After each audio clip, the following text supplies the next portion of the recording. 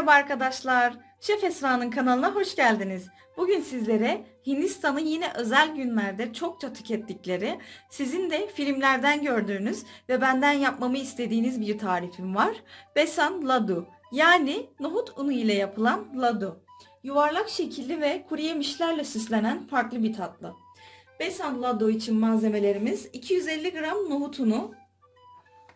Böyle bu şekilde Migros'larda satılıyor, bulabilirsiniz. 150 gram tereyağı,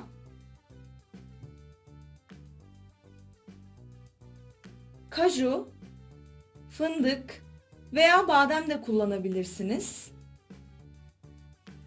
Yarım çay kaşığı kakule tozu, 1,5 su bardağı pudra şekeri. Hadi ladduyu hazırlamaya başlayalım. İlk olarak tavamızın içine tereyağını ekliyoruz ve eritiyoruz. Tereyağı eridikten sonra nohut ununu ilave edeceğiz. Tereyağı eridi. Şimdi nohut unu ilave ediyoruz. Hepsini ilave edelim.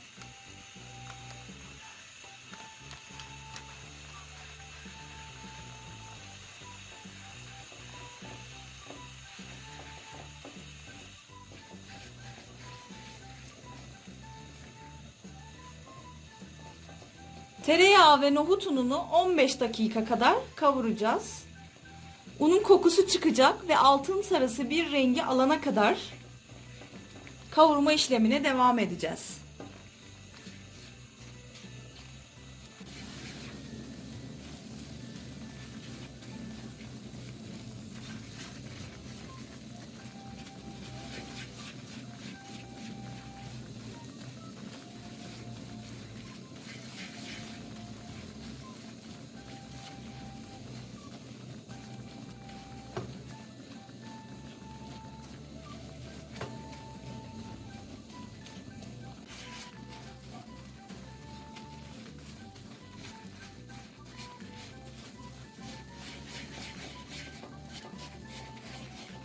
Yaklaşık bir 10 dakika sonra 1 veya 2 yemek kaşığı süt ilave ediyoruz.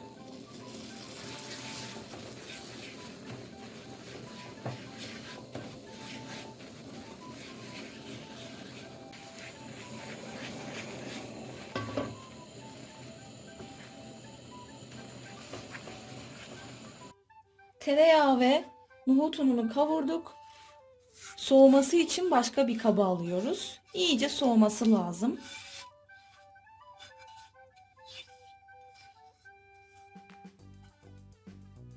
Şimdi içerisine kaju ve fındığı ilave ediyoruz. İyice karıştıralım. Tamamıyla soğumaya bırakıyoruz. Laddunun tamamıyla soğuması gerek. Böyle bu şekilde. Tamamıyla soğuduktan sonra pudra şekerini ilave ediyoruz. Aksi takdirde şeker erir. Şimdi de kakuleyi ekliyoruz ve iyice karıştıracağız.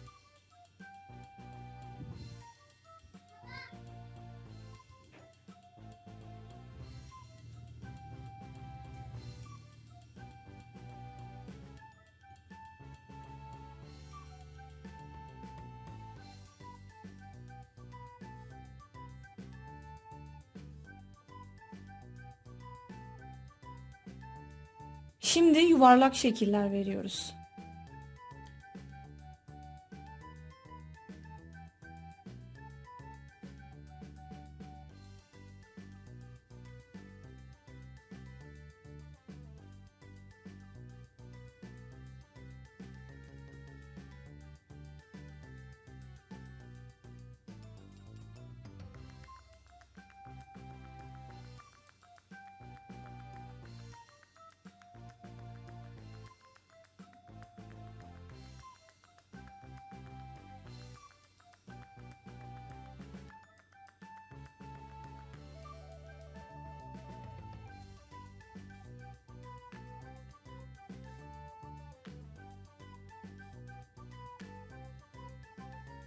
Besan laddularımız hazır.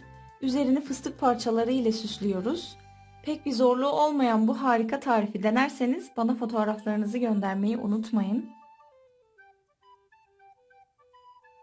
Gerçekten çok güzel oldu. Beni izlediğiniz için teşekkür ederim. Kanalıma abone olmayı, videoyu beğenmeyi ve bildirim ziline tıklamayı unutmayın. Bir sonraki videoda görüşmek üzere. Hoşça kalın.